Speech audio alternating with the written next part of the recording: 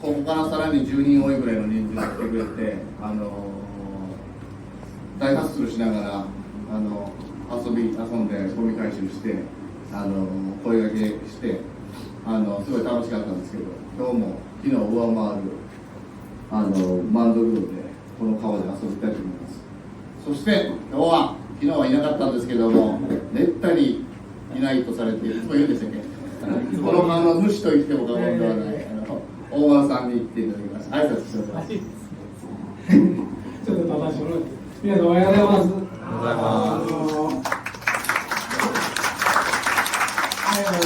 東吉野村の大丸と申します。もう小さい自分からこの東吉野村で育って60余し年60年余しここで生活しております。初めての方もおられますんで、この武蔵さん、岡本兄弟との出会いっていうのが、もともとの始まりが、私は東吉野村で漁業の役員もしておる関係で、東吉野村の川を大切にするという意味もあって、キャンプとか、バーベキューのお客さんに対して、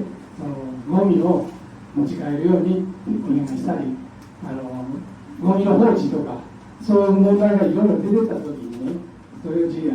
誰にも頼らず、僕一人で川をきれいに掃除しに行ったり、片付けしに行ったりしとったわけです。その中で、岡本兄弟と知り合いになって、で大村さん、それやったら、我々も協力して、そういうグループ、仲間を作ってやろうやんかっていう言葉をいただいて、今に至ってます。大変ほんまにコツコツとやってきたことがこうやって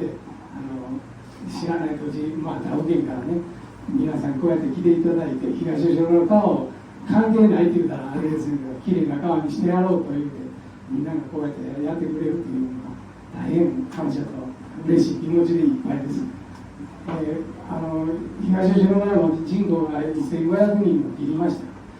少ない人口の中でこの東吉野を大切にするものはどんだけ村を大切にして川をきれいにして、で川をきれいにするということは海もきれいになっている、これがやっぱり基本やと思いますの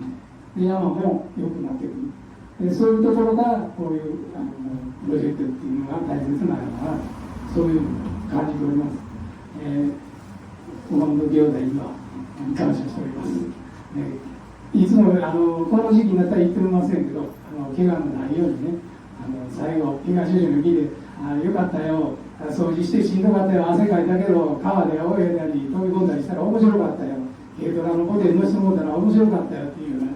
そういう思い出を作っていただいたら大変ありがたいな、そういうふうに思いますので、今日は一日暑いですんで、熱中症今ね問題になってますんで、気をつけて水分補給を十分にとっていただいて活動していただきたいと思います。どうか皆さん怪我のないようにお願いします。ありがとうございました。よろしくお願いします。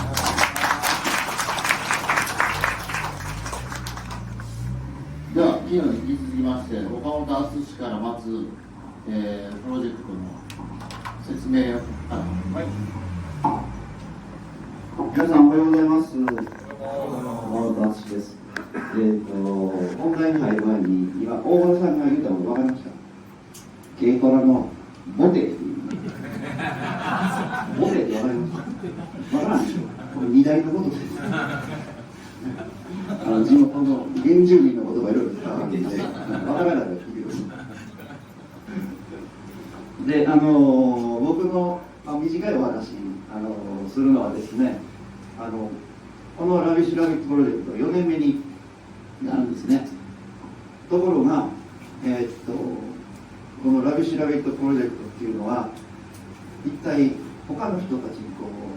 参加してない人たちにね、どう伝えたらいいかというのを我々自身もかなり苦労しました。これは一体遊びなのかボランティアなのか何なのかっていうで、その辺をちょっと皆さんが帰ってこういうものに参加したんやっていうのを伝えやすいようにお話を説明の仕方を考えてきましたので、それをちょっと今日共有したいと思います。で、私株式会社武蔵といいまして、僕と、寮がリーダーを務めている会社のですね、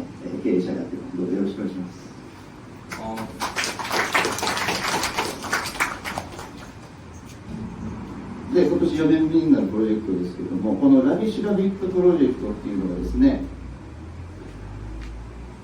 さっき大丸さんおっしゃった通り、ここでバーベキューゴミが大量に川に残されていくっていう問題に端を発した活動なんですね。で、東吉野村の社会問題です。これを解決するときにですね、普通社会問題って言いますと、解決の仕方がすでに我々の社会っていうのは持ってるはずなんですよ。で、この社会問題ね、の解決手法がですね。で、普通、川にゴミ捨てたら、これはすでに法律違反なんですね。廃棄物を川に投棄してるっていうことになりますよね。本当なら、ここで警察が仕事です。警察が仕事してるとかで、これが何の法律に当たるかと、法律の違反に当たるかと言いますと、違反による罰則は結構重いんですよ。個人なら5年以下の懲役もしくは1000万円以下の罰金、またはそれ両方で、法人の場合は3億円以下の罰金、ゴミ捨てると相当きつい法律あるんですね。だけどバーベキューゴミぐらいは見逃されてるっていう警察からね。で、ほんまは違反でしょっていう、警察が機能してないというところがあります。で、これ司法で解決するということですね。で、その他に解決する方法としては、ボランティアが来て川の掃除ってあっちこっちの川でやってるじゃないですか。これで解決してるっていう。これ事前活動で、これをサポートするために、例えば NPO には、NPO をサポートする法律とかいっぱいありますよね、制度ね。で、これサポートします。ところがボランティアが、これも別に機能してない。我々一種ボランティアですけども、あと、これを経済的に解決する方法があって、廃棄物の処分業者って、つまり廃棄物を集めて、それを処理して、それお金放棄したわけですね。そういう解決方法がある。川を開放して、処分業者に活動してもらったら、それで金が回るんであれば、それでも回るわけですね。で、この中に、例えば別のカテゴリーとして、テクノロジーで解決することも、例えば川のバーベキュー台、アウトドアの用品ですね、これを全部どっかの企業が生分解性のもので作っちゃうとか、そういう解決法、もしくは川でバーベキューしているところを自動でドローンが移動して監視して回るとかですね、ちょっと SF チックな解説とか、こういうのもあるわけですね。で、こういういろんな社会的な問題解決ツールを我々は長年かかって準備しているはずなのに、これがここのゴミ問題では一切機能してないということなんです。だから我々みたいな変なのが出張ってこないみたいなんですね。で、ラビッシュラビットプロジェクトっていうのは、こういう普通の一筋縄ではいかん微妙な問題を解決するためにいくつかの要素を出しています。で、今日皆さんボランティア活動に来たっていうよりは川遊びに来たっていうノリで来てるでしょ。僕らここね遊びですね、レクリエーション例えばそういうことで、今日は今回ですね、ちょっと目が強いでしょ。ハーネス、登山用のハーネスで、これでガードレールからぶら下がって下のゴミをゲットしてですね、ロープに引き上げたり、そういうアウトドアスポーツの要素をこれが無理やり入れてます。で、お昼休みは川の泳ぎ方ね、それちょっと教えるワークショップあるんで、お昼休み後半戦、川の泳ぎ方、潜り方、流れのキャッチの仕方ね、大体教える川で教えてもらうのって、川で溺れない方法とか、人を助ける方法っていうのを教わるんですけど、今年からもっと川を攻めていく方法をします。流れを積極的に使って川を楽しむ方法をします、ね。っていうのを出して、で、中でも一番特徴的なのは、この一切が、全部ね、我々の活動全部が寮のアート作品です。この活動自体が寮の作品ですっていう打ち出し方してるっていうことですね。現実です。で、ラビシラビットプロジェクトから帰ってもらって、あれは何だったのかなって反省してもらうと、もやっとすると思うんですよ。なんか楽しかったけど、ゴミも拾われてるし、ご飯も美味しかったし、何かなっていう感じすると思うんですね。こういうもやっとした感じが、実は世の中でめっちゃ新しいものに増えてるっていう。ここにもここにもここにも入らない。新しいカテゴリーの活動として、ゴミ拾いを整備し直したってことなんですね。だからそういう、立て付け、今まで解決してこれなかった我々の社会の問題を新しい要素を入れて解決してるのがラビシラビット。こうやって理解してもらって、今日の会もですね、書いてからもこのもやっとした感じを楽しんでもらって、で来年またそのもやもやをね、こっちに引きずりながら持って帰ってもらって、でいろんな人がいろんなものを足してもらって、もっともやっとした活動にしていくっていう感じでラビシラビットプロジェクト進んでいくと思いますので、このもやもや感を、楽しんでいただけたらなと思います。以上、解説でございました。はい、こういう説明があると分かりやすくなったのかなと思うんですけれども、僕の方からもうちょっとじゃあラビシラビットってどういう内容の活動なのかっていうのをぜひこれ知って持って帰ってもらいたいので、ちょっと説明させてもらいます。それよりもこの、兄貴の説明にもあったんですけど、もやっとする割には人集まりすぎやろっていうで、僕本当にこれがアートやなっていうのは、本当にアートって何のこっちゃよく分からんけど、なんか分からんけどかっこいいとか、なんか分からんけどこれ見れたら目が離せないみたいな。素晴らしい絵ってどんな絵かって言ったら、ちょっと話してますけど、いかに長い時間見てられるかっていう絵なんです。だって何百万もとか何十万もとかお金出して買って家にあって、もうなんか飽きたなと思ってられんよねだからいつまでも何日買ってもすごいこういい絵だなと思うのがいい絵みたいなのがあるんですけども、そういうものに限ってやっぱりこう何かって分かっちゃったらすぐ飽きちゃうんですけど、いつまでも分からないっていう、でもその先にいろんなこう思考があるっていうのがアートの構造で、もちろん新しいものができたら分からないっていうのが当然なんですけど、それに近いものがちゃんとできてるなっていうのは皆さんの参加人数を見てたらすごい感じて嬉しいんですけども、大丸さんね、最初はね、僕らの仲間だけど大丸さんのチームでね、大丸さんのこうなんか悪ガキ友達みたいな歯のない友達まで元気しますねそうですかなんか今こんだけの人数になって、僕本当にこうアメリカのね、兄貴とアラスカのカープダイしたりした時に、アメリカに国立公園ってあるんですけど、あまりにもやっぱり素晴らしいんですよ。働いてる人はかっこいいし、言ったら知性的やし、しかもなんかこう、知性的でしか優しいんですよ。知性的で優しくて、すごいこう美しいところにやってるっていう、ああいうレンジャーがかっこいいなと思って、国立公園みたいにしたいなっていう。で、東吉野村のね、日本の価値を、日本の国はあんまりよく分かってないところがまだまだあるんで、勝手に国立公園にしたろうみたいなあれがあったんですけど、なんかこうなってくると、僕今回一番苦しんでるのは、この村の中でこの人数をどんだけ効率よく配置して作業するかってことにめちゃくちゃ工夫してるんですけど、この調子だとほんまに勝手に国立公園化を打ち出せるんじゃないかと思うぐらい。今回協賛金も一昨年が24万円で去年が35万円で、今年は51万円、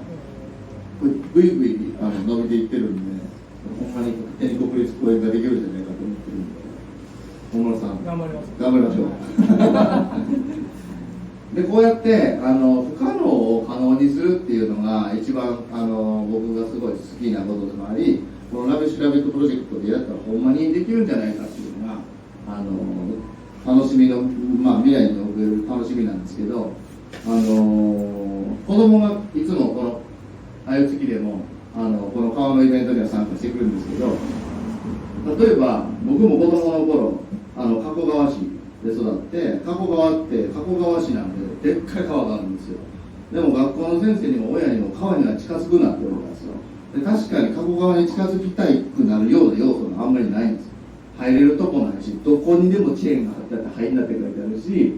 近づくなって書いてあるし、行ったらとにかく怒られるし、体罰受けるしみたいな、そんな川でしか見たことなかったら、子供たちがじゃあ川って何するところなのって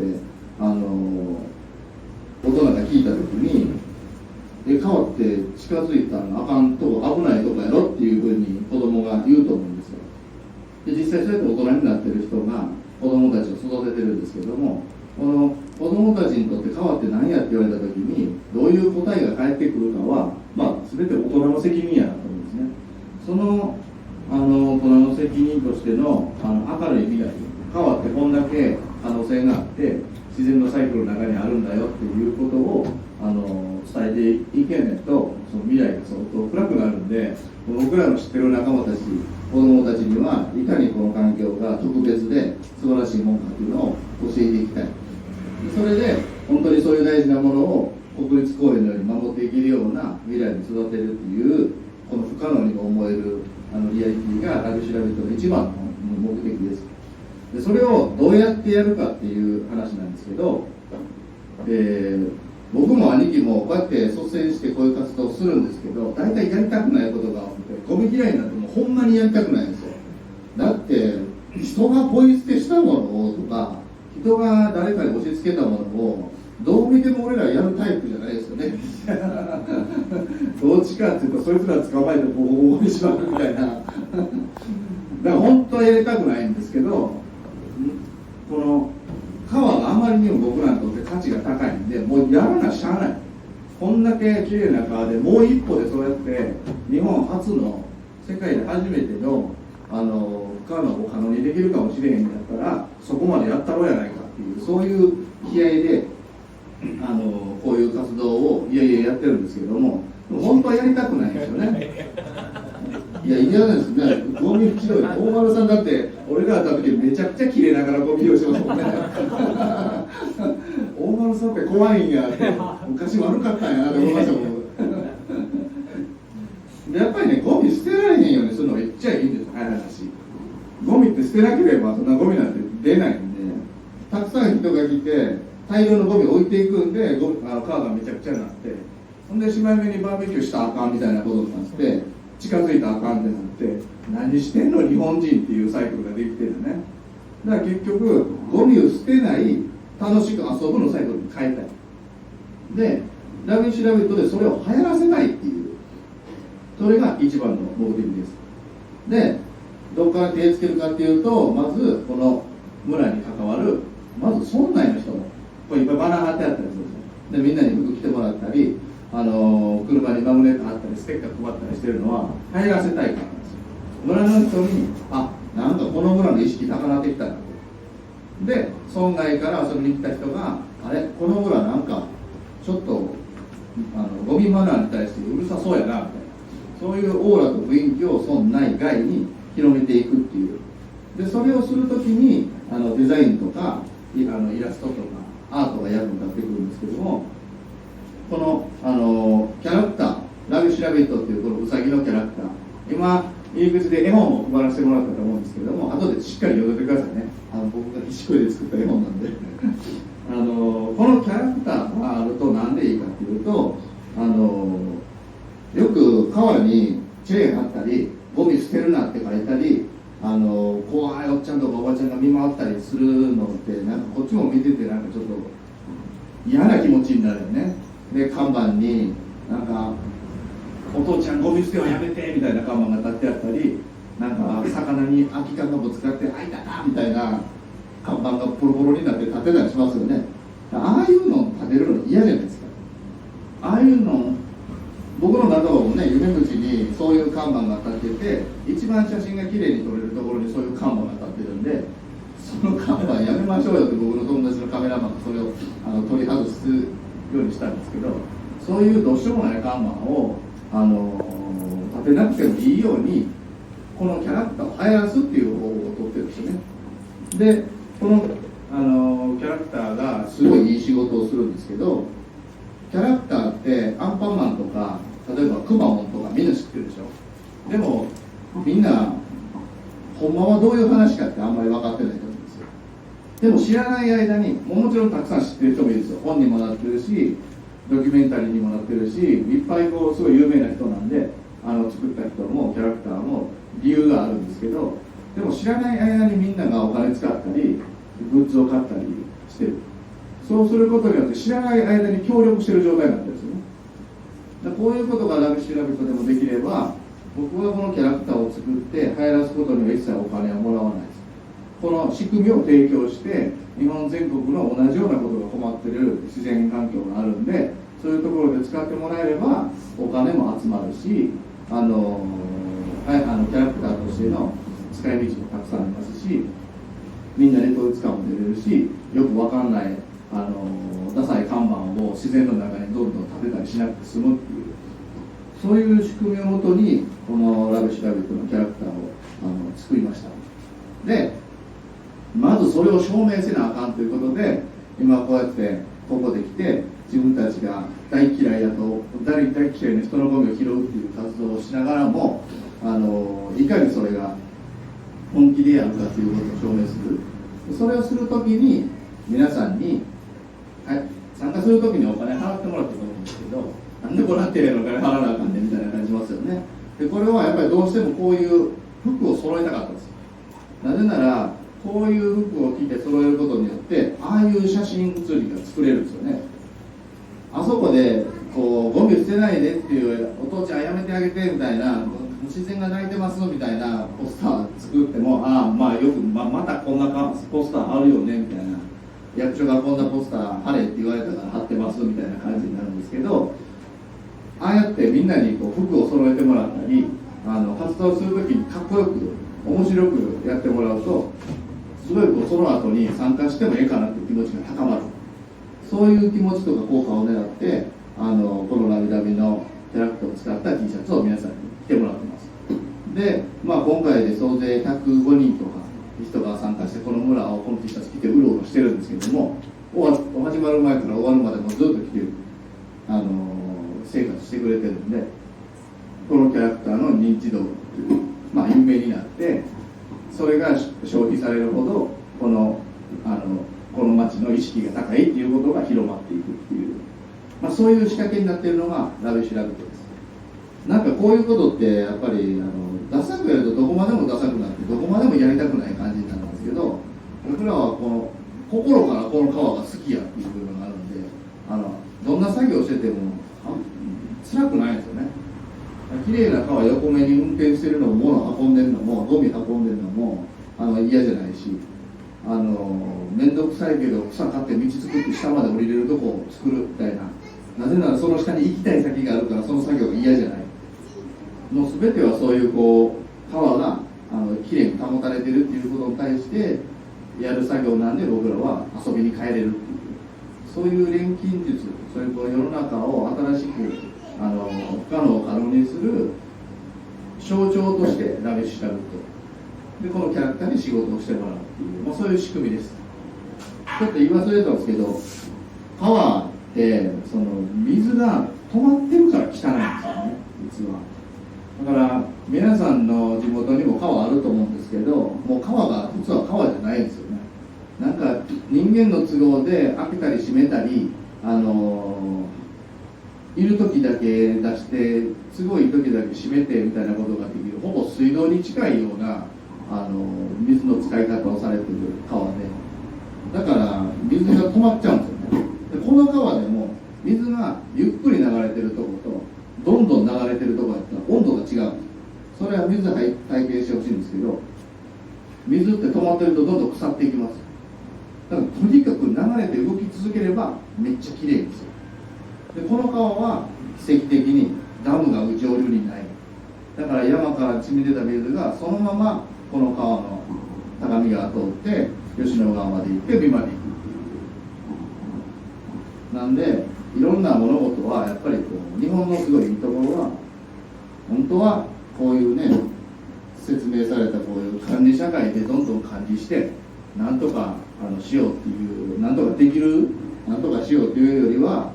日本人の良さはなんとはなしにそういうもんやから、絶対この自然注文になんていうかな、こうまあ汚したり壊したり動きが止まるようなサイクルをやってはいけないっていう、まあ、そういう神様を信じるみたいな美学が本当は一番大事なんです。でももうそんなん通用しないんで、その神様を生み出してこういう理屈をしっかり理解した上でコントロールしつつ神様の存在を大事にする、そういうのが僕らの世代のフェーズやと思ってます。でその神の象徴が、ラビシュラビットという宇宙人にしているっていうのがこの活動の仕組みです。ラビラビの説明は、こんなところで、今日もなんていうんですかね、作業はありますけども、近年ゴミ捨てがちょっと減ってるのもあり、ゴミ回収するのあっという間に終わります。こんだけ人数いたら。だからできるだけザーッと終わらせて遊びましょうでね。で特に兄貴の川遊び講習って、これね僕らにとっては言ったら自然に遊び人なんで、僕らは泳いでる中で勝手に覚えたことをちゃんと説明できるような状態にして教えてくれるんで、これはねぜひ参加してください。なるほど、だからそうなんや、そういう動きができんねやとかね、だから変わって怖がらんでもええんやっていうね。で最初に座学みたいなのがあります。で座学簡単にしてこういうことを教えますよ、やりますよっていうのを説明した後に川に行くんで、その座学の部分もちゃんとしっかり聞いてやるとより面白いかなと思います。さあそんな感じで時間ぴったりそろそろ動き始めたいなと思うんですけど、